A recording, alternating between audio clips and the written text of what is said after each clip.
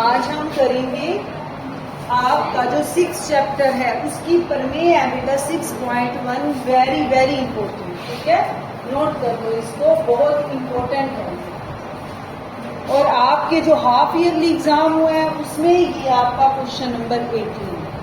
ठीक है, देखो बेटा इसमें आपको क्या स्टेटमेंट दी है। यदि किसी त्रिभुज की एक भुजा के समांतर अन्य दो भुजाओं को अलग अलग बिंदुओं पर प्रतिच्छेद करने वाली रेखा खींची जाए तो अन्य दो भुजाएं एक ही अनुपात में विभाजित हो जाती हैं।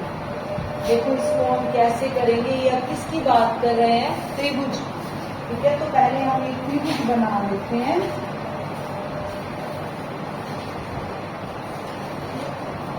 ठीक है, इस त्रिभुज का नाम मैं रख लेती हूँ ए बी सी। ये कह रहे हैं यदि किसी त्रिभुज की एक भुजा के समांतर, अब मैं मान लेती हूँ मैंने बीसी भुजा के समांतर एक और भुजा ली है। ठीक है, और उसको मैं मान लेती हूँ BE। ठीक है, अब ये कह रहे हैं कि जो इसके समांतर एक अन्य भुजा है जो बाकी दो भुजाओं को किन बिंदुओं पर काट रही है, D और E पर, वो वाली जो भुजा है वो भुजा बाकी दो भुजाओं को एक ही अनुपात में विभाजित करती है। अब ये वाली बाकी दो भुजाएं हो गई। ठीक है, अब इनका अनुपात क्या बनेगा, AD बटे BB, और इधर से क्या बनेगा, AE बटा EC।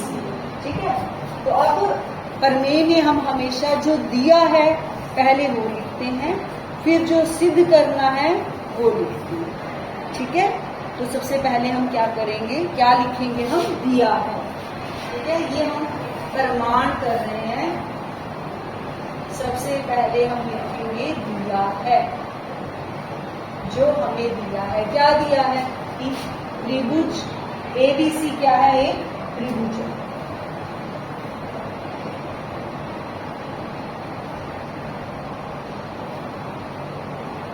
ABC एक त्रिभुज है, ये हमें गिवन है।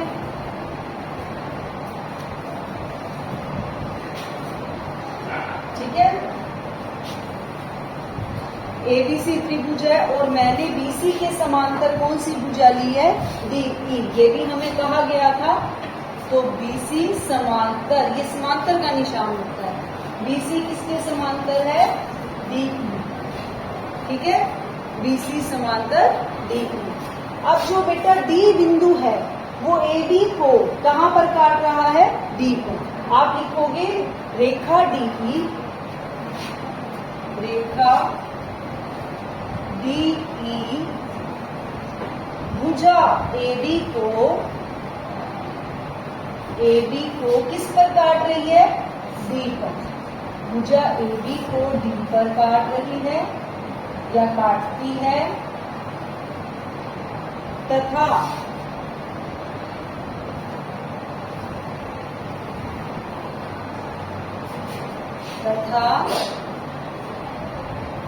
AC को E पर काटती है।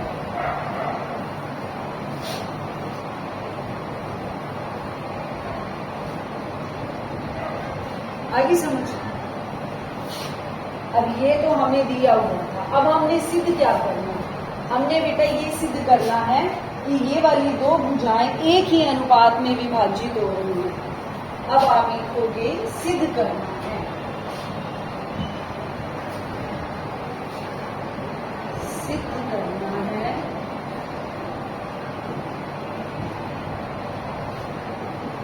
AB बटे DB। अनुपात बन गया ना इस भुजा का, और इस भुजा का अनुपात AE बटे EC। ये दोनों क्या है, समान है, बराबर है। ठीक है, दिया है, सिद्ध करना है। ये तो बिल्कुल आसान है, जो दिया है वो आप इसमें से देखकर लिख सकते हो, और जो सिद्ध करना है वो आपको स्टेटमेंट में से क्लियर हो जाएगा। ठीक है, अब देखो, अब हम इसको करेंगे कैसे। सबसे पहले देखो बेटा, ये जो AD है इससे पहले सिद्ध करने से पहले हमें रचना करनी है। क्या रचना करेंगे हम? रचना। रचना का मतलब होता है जो हम अपने आप करते हैं। मैं डी को सी से मिला रही हूँ, ठीक है, और बी को ई से मिला रही हूँ, ठीक है। देखो, डी को सी से तथा बी को ई से मिलाया, बी को ई से मिलाया, ठीक है। और क्या करना है? आपने डी से लंब खींचना है ए सी भुजा पर। इसको मैं, ये लंब है इसीलिए बेटा इस पर आपको 90 डिग्री का कोण दिखाना है, ठीक है। और यहां से भी आपने लंब खींचना है और यहाँ पर आपने 90 डिग्री दिखाना है, ठीक है। इसको मैं नाम दे देती हूँ M, इसको दे देती हूँ N, ठीक है। तो और क्या रचना की है मैंने? ये अपने आप कहाँ से आ जाते हैं?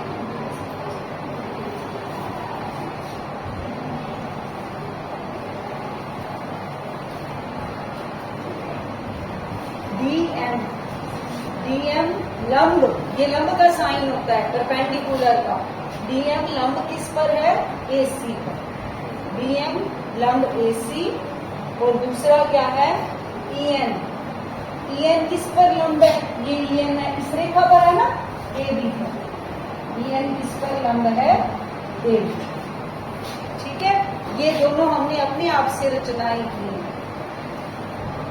अब देखो, अब हम सिद्ध कैसे करेंगे?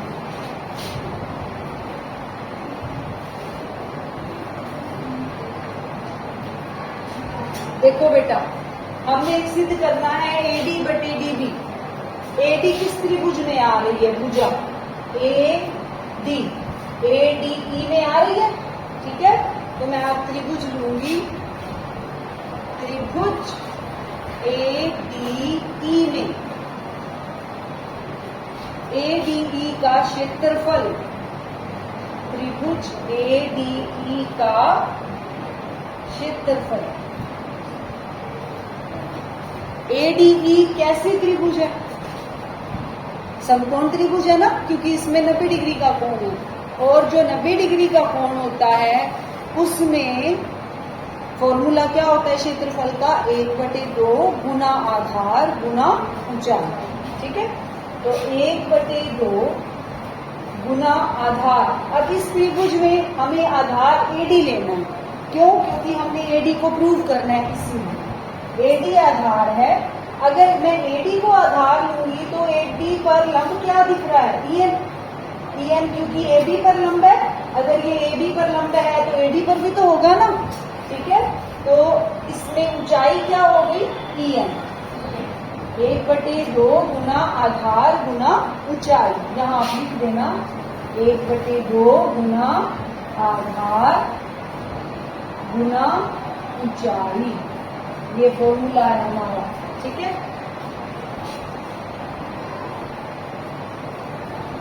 अब देखो, अब AD मैंने ले लिया। अब नीचे देखो DB है। अब DB देखो किस त्रिभुज में आ रहा है? ये DB है, ठीक है। DBE, इसको बंद कर दो अच्छे से।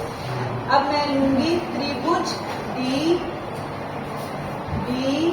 में, त्रिभुज DBE का क्षेत्रफल। DBE का क्षेत्रफल क्या होगा? देखो बेटा, जो DB भुजा है DBE में वो आधार बन रही है, तो इसका लंब कौन सा होगा? इसका लंब आपको EN ही लेना है। क्यों लेना है EN? क्योंकि बेटा EN लंब किस पर है? इस पूरी भुजा, ठीक है ना बेटा।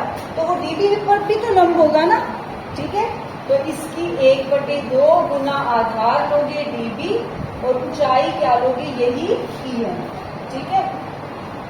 यहाँ भी हमने यही फॉर्मूला लगाया है, 1/2 गुना आधार गुना ऊंचाई, ठीक है। अब किसका लें?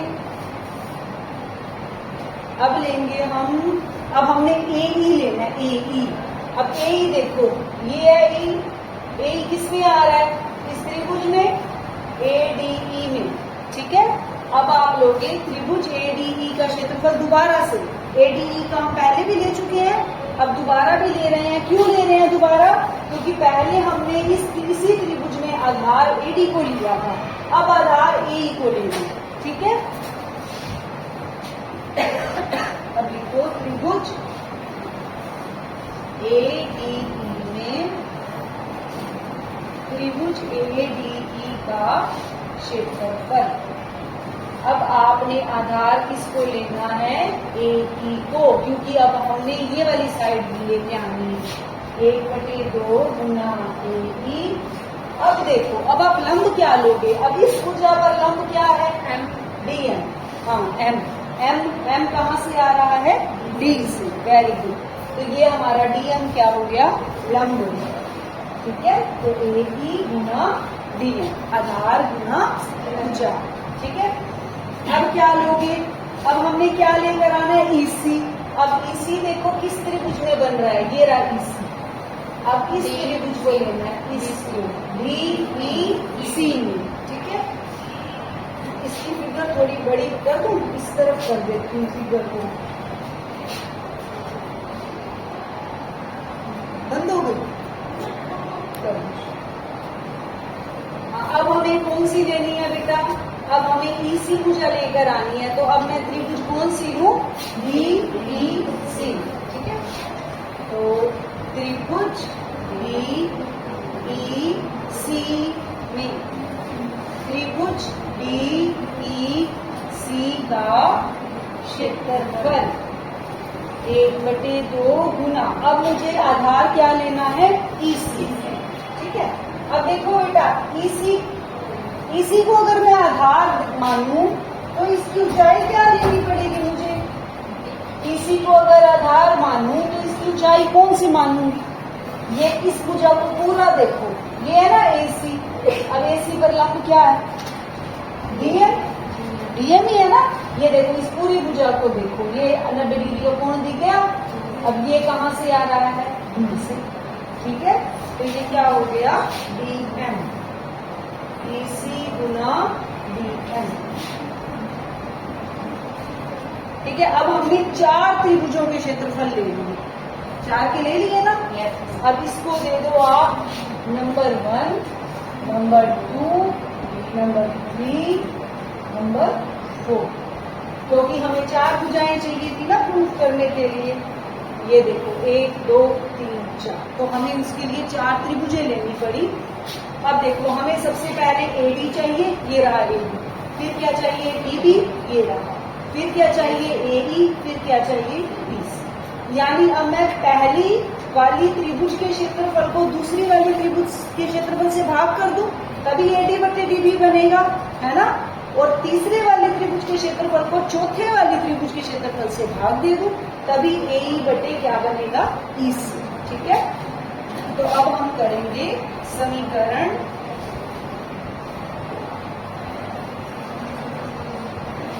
समीकरण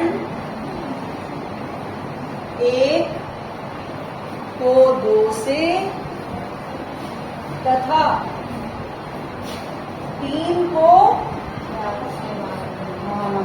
4 से भाग देने पर लिख लेना आप इसको। तो जब हम ये भाग देंगे तो ये हमारा क्या बनेगा? देखो, त्रिभुज ADE का क्षेत्रफल बटेगे त्रिभुज DBE का क्षेत्रफल। ठीक है, और क्या बनेगा? कोमा लगा दो बीच में। ये बनेगा त्रिभुज ADE का क्षेत्रफल बटेगे त्रिभुज DEC का क्षेत्र। ठीक है, अब देखो ध्यान से, ये है 1/2 गुना AD गुना EM। ठीक है, और ये है 1/2 गुना DB गुना EM। ठीक है, और ये है कोमा, यहाँ कोमा लगाओ। 1/2 गुना क्या है ADE, ये वाला ना, ये वाला ADE, ये 1/2 गुना AE गुना DM बटे में 1/2 गुना EC गुना में DE। ठीक है, अब देखो कितना आसान बन जाएगा आपका। एक दो बार करोगे ना इसको फिर पक्का हो जाएगा। ये देखो EN से EN कट गया, 1/2 से 1/2 कट गया, है ना। DN से DN कट गया, 1/2 से 1/2 कट गया। ये क्या आ गया AD और बटे DB और AE बटे EC। अब देखो मैं तो बीच में कोमा लगा रही हूँ, लेकिन मुझे प्रूव क्या करना है कि ये दोनों क्या है, बराबर है। अब ये दोनों बराबर कैसे होंगे, देखो अब ये एक्चुअल में क्या है, ये ADE है, ये भी ADE है, ये DBE है, लेकिन ये क्या है DEC। ये दोनों बराबर कैसे हो गए, ये तो बराबर हैं। AD का क्षेत्रफल तो ADE यानी खुद का क्षेत्रफल तो उसी के ही बराबर होगा ना, लेकिन DE और DEC का कैसे बराबर है। देखो अब ये हमारी फिगर में कहाँ है, फिगर ये रही हमारी फिगर। ठीक है, अब इस फिगर में हमने देखना है DBE और DEC, DBE ये वाली। ठीक है, इसको मैं अलग कलर से बता देती हूँ आपको। ये देखो ये वाली त्रिभुज DBE ये वाली त्रिभुज। ठीक है, और दूसरी कौन सी है DEC यानी ये वाली, ये वाली। ठीक है, अब इन दो त्रिभुजों को देखो, इनका क्षेत्रफल कैसे बराबर है। अब ये वाली दोनों त्रिभुजों का आधार सेम बन रहा है DE, ये DE आधार बन गया, दोनों में आ रहा है ना DE, और दोनों ही ये दोनों भुजाएं कैसे हैं, समांतर है। DE समांतर है ना BC के। अब दो समांतर रेखाओं के बीच जब दो त्रिभुजें बनती हैं जिनका आधार एक ही होता है तो उनका क्षेत्रफल क्या होता है, बराबर होता है। ये हमने 9th में की थी थ्योरम। ठीक है, तो आप ये लिखोगे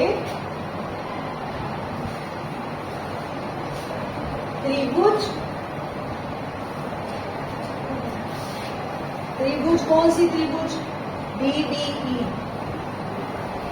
DBE तथा त्रिभुज DEC का आधार कौन सा है, DE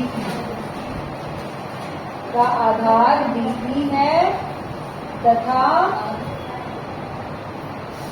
दोनों त्रिभुजें दो समांतर भुजाओं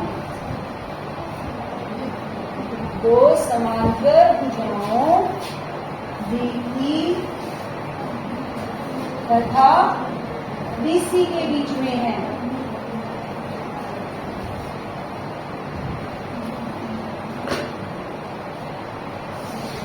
इसीलिए इनके क्षेत्रफल बराबर होंगे, इसीलिए इनके क्षेत्रफल बराबर होंगे। ठीक है, अगर इसका क्षेत्रफल इसके बराबर हो जाएगा तो क्या हो जाएगा, इसका मतलब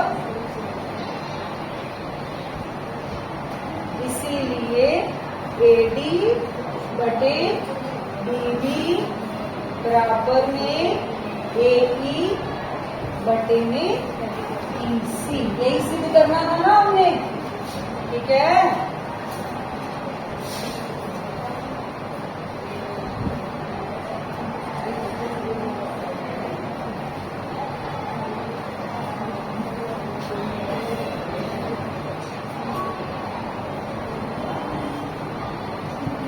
छोटा हो गया